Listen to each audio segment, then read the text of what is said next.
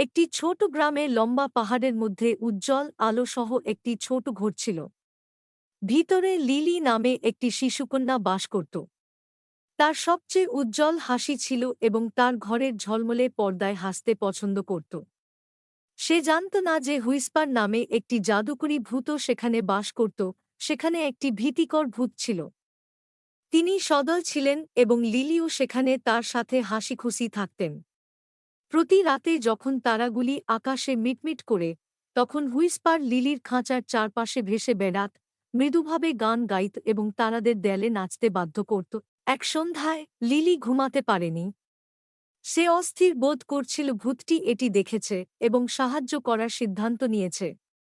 তার স্বচ্ছ হাতের ঢেউ দিয়ে সে ঘরটি নরম ঝলমলে আলোয় ভরে দিল এবং আলতো করে ফিসফিস করে বলল, চুপ করে ঘুমাও ছোট্ট লিলি, তারাগুলো তোমাকে দেখছে। লিলি ঝগড়া করা বন্ধ করে দিল। তার চোখের পাতা ভারী হয়ে উঠল এবং সে ঘুমের দিকে চলে গেল।